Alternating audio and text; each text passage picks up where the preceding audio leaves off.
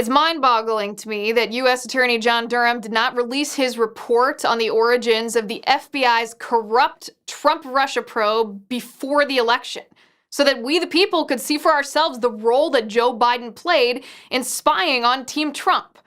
Remember, it was the Obama-Biden administration who weaponized the Department of Justice and the FBI to target Trump and Trump associates in an effort to illegally destroy, first, a political candidate they didn't like, and then a duly elected sitting president of the United States. Let me repeat, it was the Obama-Biden administration. We know Joe Biden played a role in this egregious scheme. We know because Peter Strzok made notes after the January 5th, 2017 meeting in the Oval Office. Think about that date for a second. January 5th, 2017. That means Obama was still the president, Biden was still vice president, but Trump had been elected. It was just 2 weeks before Trump's inauguration. The FBI notes from the Oval Office meeting stated that Joe Biden had suggested using the Logan Act to target General Michael Flynn. That's a big deal. First of all, it proves that Joe Biden is a liar. When Joe Biden claimed he knew nothing about the Russia witch hunt, he was lying.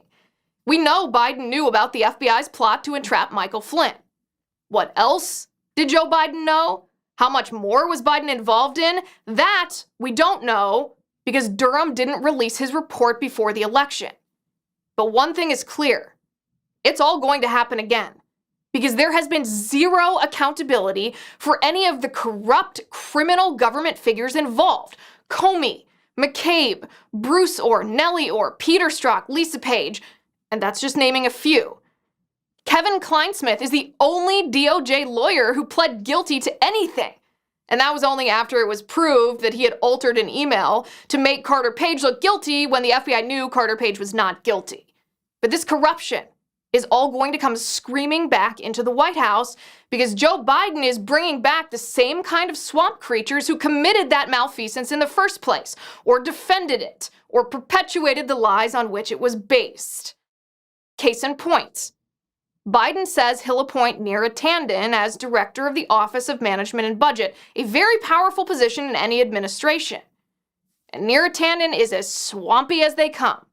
Tanden conveniently deleted tweets of hers, calling Senate Majority Leader Mitch McConnell Moscow Mitch. Tanden perpetuated the fake news Trump-Russia collusion narrative, and she essentially said the debunked Steele dossier was true. And remember why the Democrats in the House impeached President Trump. They falsely accused him of corruption and quid pro quo with foreign nations. But let me introduce you to Alejandro Mayorkas, who is Biden's pick for the Secretary of the Department of Homeland Security. You want to talk swampy? You want to talk corrupt?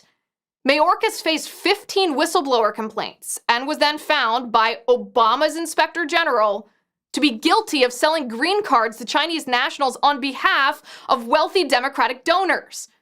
Talk about selling our national security. This is the swamp.